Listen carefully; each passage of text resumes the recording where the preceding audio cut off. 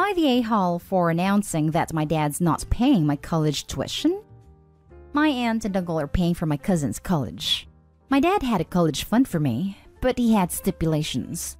Like he wanted nothing below a B for grades and to pre-approve any classes I take, weekly meetings to discuss grades, and a bunch of other stuffs. Which would be fine if you have a normal dad, but mine isn't.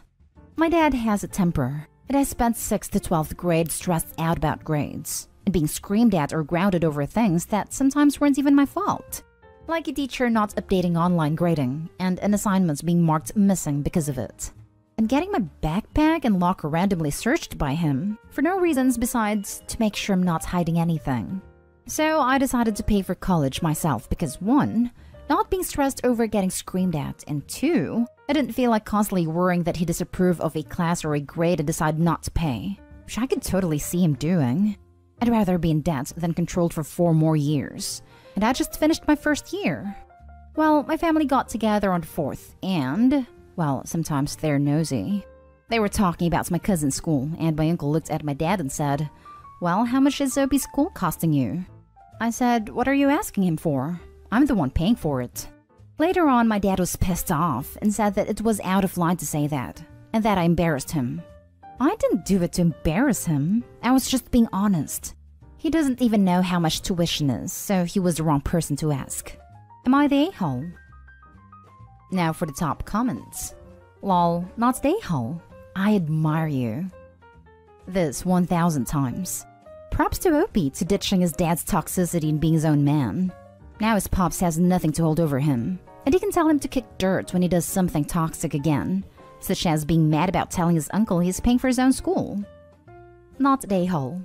So what if he was embarrassed? His emotions are not yours to manage. You just told the truth. Hell, expand on it. Yeah, there were too many micromanaging strings attached to accepting money that I didn't want to relieve my anxiety-ridden high school years. Also, your dad sounds ridiculous and kinda scary. Maybe low contact is the way to go.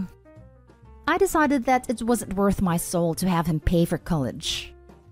Not the a-hole. It's embarrassing to him that you hate his control so much you turn down college being paid. And rightly so, he should be embarrassed. Not the a-hole. Opie, it's really admirable how you're pursuing a college degree in spite of so many obstacles. I wish you best of luck. Thank you, I appreciate that. Next story is titled, Am I the a-hole for canceling stepdaughter's birthday party? My stepdaughter is in her upper teens, turning 18, and lives mostly with her mom. My husband works a lot and is a very involved dad, but asked me to be in charge of planning her party, and I agreed.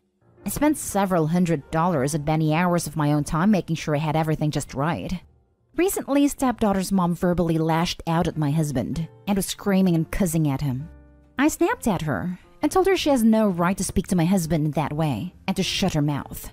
Stepdaughter flipped out saying I attacked her mom, and now both mom and stepdaughter are scared and traumatized.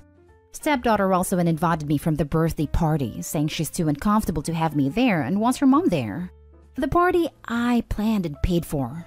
So I ended up canceling the reservation, catering and decoration rentals, and opting to put that money towards what I feel is a better cost and use of my money. Am I the a-hole for ruining her birthday? Edited to add, stepdaughter was not present for the argument. She heard from her mom that I basically told her to shut up later. My mom drove to our home and was in our driveway screaming and cussing at the top of her lungs. I went outside and told her to shut her mouth because this is our home, and she has no right to speak to my husband in that matter, and I will not tolerate it. 1. Stepdaughter was not a witness to what happened.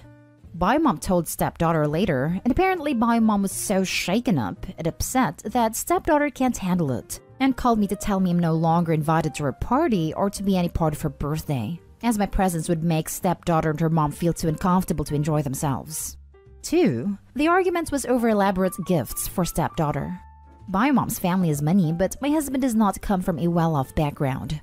My mom wanted/demanded the husband buy stepdaughter over $5,000 in jewelry and tickets to several different concerts, which husband cannot currently afford as we took a hard financial hit over COVID. He told my mom he can't do it, and she came over flipping out that he's a bad dad, and that if he really loved his daughter, he'd find a way to do it no matter what. Not the a-hole. After Opie commented that the daughter and mom got mad because husband could not buy the daughter some expensive things, accused him of not caring, and that if he was a good dad, he would make it happen. That is manipulation. I'll get some downvotes for this, but I don't understand how one screaming match with no physical altercation has traumatized the daughter and by mom. Are they traumatized because dad said no and stepmom spoke up in his defense? I wouldn't let my partner's ex cuss at him and call him a bad father because he couldn't afford some expensive gifts. I wouldn't pay for a party I wasn't invited to either, but that's just me, I guess. Commenting to let you know, Opie said the argument didn't happen in front of stepdaughter, and mom just told her after the fact. So now I'm really confused as to how they were traumatized by this. Can you be traumatized by something you didn't even witness? Stepdaughter is saying she is traumatized by how upset and shaken her mom was when she got home. So basically, she's playing the victim card as hard as possible when she in fact was not in any way? You didn't ruin her birthday. She did. She decided to take sides based on partial information and bit the hand that fed her. Now you get to have a nice chunk of money for yourself and she gets a life lesson. Not a-hole. It's your money, and if she chooses to act like this, then she doesn't deserve a birthday party from you. And she definitely can't invite you from something that you paid for using your own money for that.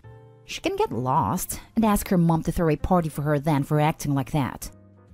This, I'd also like to add.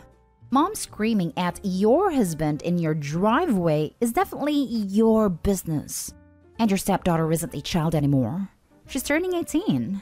And so many comments are acting like you canceled a 5-year-old's birthday party. Next story. Am I the a-hole for not trying to actively build a better relationship with my stepson? Last year, I, 38 male, married my wife, 40 female, after about 3 years of dating. And she had 2 kids, 17 male and 15 female, from our previous relationship. Going in, when we were talking about tying the knot, I made it abundantly clear that I would love to have a relationship with their sons, but I'm not okay forcing anything, and would just hope that the boys would accept me eventually. At first, my wife wasn't bored with this. The reason I don't want to force the relationship is that 1, I feel that good relationships are built naturally, and 2, I was the kid. And both my mom and dad and step-parents, mom's husband and dad's husband, tried to force me to treat them as parents, and that just made everything implode when I didn't. And to this day, I do not talk to my parents as step-parents, but about 10 years now. Well, anyways, I never tried to force anything. While my wife and I were engaged, I sat down with the boys and said, I won't try to force anything. I'm not trying to replace your dad, as he was a good guy and I miss him too. He was a colleague at work, but unfortunately passed away 5 years back. I had met my wife in a group grief counseling. I was there since my fiancé passed, and we had found solace in having each other in our lives, and life's just weird like that. Didn't even know she was my colleague's wife until she showed me a picture, and her sons are aware of the entire situation. But told them I'll be available if they do want to have more than just a cordial relationship, and they agreed to this. 15 has been more open to us having a relationship, while 17 keeps it completely cordial, as in we're civil towards each other and not at each other's necks. I'd still ask if he wanted to join 15 and me for whatever we were doing, but no hard feelings if not. But now, my wife has become increasingly more annoyed that 17 doesn't want to. The other day, my wife sat next to me and asked me to actively try to build a better relationship with 17, because it hit him especially hard when his dad passed. I said I'll ask him what he wants to do. It's his life and I'm fine with the way things are now. She said that he's just a kid and he doesn't know what he wants, and that I should take him fishing, just the 2 of us, so that we can have a more familial relationship. I again said I'll talk to him and ask if he wants to, but I'm not going to force it. She then got angry at me and said that if you don't try, nothing will happen. I know my kids. He's secretly hurting seeing you and 15 having a good relationship. So I asked if he told her that, and she said no, but still insisted to try more. It's not like I don't try. I still invite him out to ride bikes or whatever, even when 15 is busy. Just the 2 of us, but I just take his no as a no and drop it.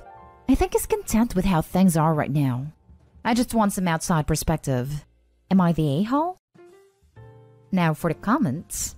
Not the a-hole. You're doing great. 17 is old enough to know if he wants to be around you, and eventually he may or may not want more. 17 years old is also old enough to build a deep resentment towards you if you smother him like a wife is wanting you to. It sounds as if she has good intentions, but disregards her 17-year-old's feelings. Maybe a good compromise could be asking him if he feels left out and encouraging him to come tell you if he ever feels excluded. It sounds like the two of you are in good terms as is. Thank you. Yeah, we're in fairly good terms. Like I'd say common pleasantries like good morning and stuff like that. Just not wanting to join in on like hikes or riding bikes or what have you. But another commenter pointed out that he may generally just not want to, as he is 17 after all. I agree that I should ask if he's feeling left out and encourage him to speak his mind more if he does at any point, and we'll squeeze that in when we get a chance to have a sit down. The only different approach I would take if it was me would be to make sure it's something 17-year-old is into. It might not be you, but the activities you choose. Otherwise, keep doing what you're doing. I think that could work out. Thinking about it, I usually invite him out to do outside activities. He likes to game, like Call of Duty or whatever the hot games are this year. But it's been a hot minute since I last picked up a controller. But I'd be willing to at least try. And hopefully still have the finger dexterity I had when I played games in my youth. Thank you for the suggestion. Not today, Hull. I think your approach is the healthiest one here. And the 17-year-old is being cordial and civil, so there's not even an issue. I think pushing would ruin the relationship you have now and the possibility for a better one later. And I would truly like it if a better relationship started to form. But yes, I feel like pushing it would do the opposite. It's like when we were kids and the parents would set up playdates. Very rarely do those friendships last in my experience. Maybe it was me if all of them failed. But I stand by what I said near the beginning of the post, that good relationships come naturally. No one needs to be friendly with everybody, so on and so forth. Now for the last story.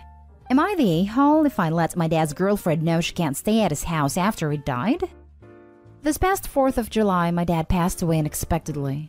The death was very traumatic, but it was worse for my sisters and I since we were the ones who found and tried to save him. My dad left the house in our names and wanted us to take care of it since he only bought it for us. Well, about 3 months beforehand, my dad's girlfriend came from Venezuela to live with him since they've been talking for about a year, and this would be the first time they've ever met. After my dad passed away, she has been crying and grieving just like us all, but there are certain things that she has done that has made my sisters and I upset. While viewing the body, she kept saying how he could leave her alone like that after her journey, and that he promised her that he wasn't. Then while my cousins were over to view the house at his room, she locked the room door, took the key, and then left to my aunt's house. I understand that she is grieving the death of the person she loved, but that was my dad, and she's not considering our feelings like that. She has told me that her pain is worse, and I just got offended because she didn't even try to save him. My sisters and I tried to save him, and we had to see him in a way that we never thought would happen.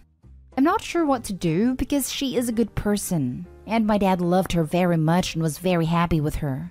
But these little situations make my sisters and I a bit angry. Edit. I wanted to come and address some things. My sisters and I are not kicking her out right away. She can stay and grieve with us because my dad was the love of her life, but we are wanting to know what exactly she has planned. My sisters and I also have been incredibly kind in this situation because he was someone important to all of us. My family members are here helping us with the paperwork and everything.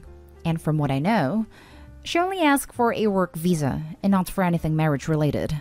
I don't want to be rude to her, but it's just become something that has happened unexpectedly, and all the financial responsibilities have become my sister's and mine. We are being very considerate, but we just don't want our feelings to be invalidated because of what happened. My family members never saw the house, and my dad just bought it last August. So when I was trying to show them the house, they wanted to see how he did his room because he would always talk to them about it. The only thing that we want is to be able to go and have his shirts because they smell just like him. Not day haul. Honestly, I'd get any valuables and important papers out of the house now as well, just in case. You haven't known her that long, really. Also, if the house is in Opie's and their sister's name, then they have say over the house in my opinion. She can find another place to stay, but shouldn't be around Opie and their sisters because she makes her grief out to be worse than hers. Opie and their sisters found their dad and tried to save him. Opie and their sisters knew him their whole lives and he was their father. The girlfriend only knew him less or just over a year, and from what Opie said, didn't even try to save him. However, grief and shock at something like that can hit people differently, so maybe she just froze. But her reaction to Opie's grief is unacceptable in my opinion. Dismissing someone else's emotions in general is a Nahal move. To make someone's grief seem less than yours is an even bigger one in my opinion, especially onto that grief being related to a traumatic event. Opie, I would do like the original commenter said and get all important paperwork and valuables out of the house. Get friends and understanding/trusted family to help out as well, as more people equals faster clean out. You also may need a lawyer to evict her since she has been living there more than a month or two, although I could be wrong. You definitely want to change the locks once you do get the house though. No a-holes here. Grief isn't measured, nor logical. She moved to a different country where she knew nobody and has now been left alone.